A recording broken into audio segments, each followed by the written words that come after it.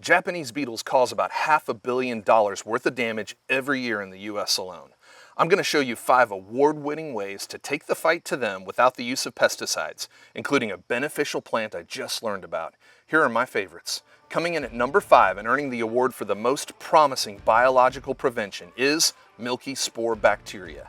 Now, this is a naturally occurring organism in the soil that, when ingested, will kill a Japanese beetle grub before releasing millions more milky spore bacteria from its carcass into the surrounding soil.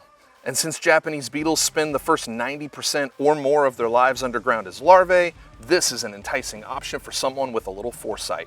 It doesn't harm beneficial insects, plants, or people. I've heard people say that one application works for years. Coming in at number 4 is the most hilarious biological prevention award, the lawn application of nematodes.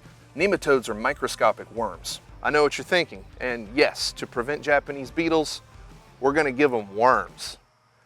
This is genius. As grubs, Japanese beetles are defenseless little things, so getting them during their 10 to 11 months underground can be a great option. Basically, you inoculate your soil with these nematodes, which find their way into the bodies of beetle grubs and eat them from the inside, eventually killing them.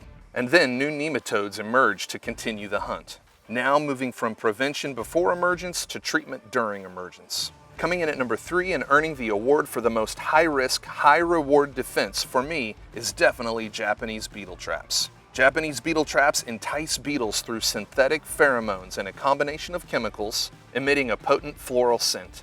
And boy do they work. These bags can literally trap thousands of beetles. Big reward, but also a big potential risk.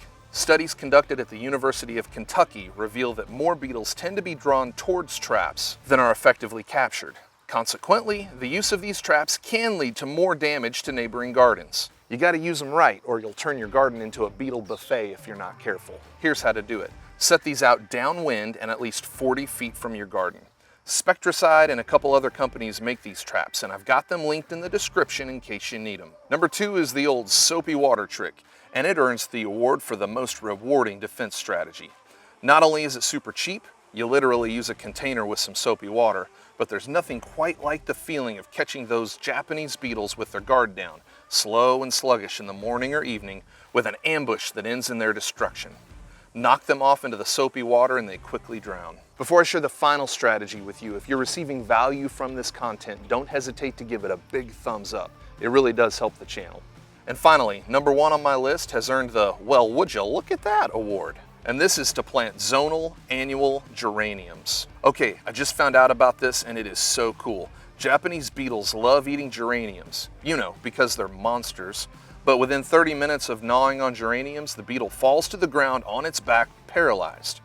Paralysis lasts several hours, leaving beetles susceptible to death by predators or dehydration if they fall in a sunny place. And flower color doesn't matter, so pick your poison, literally.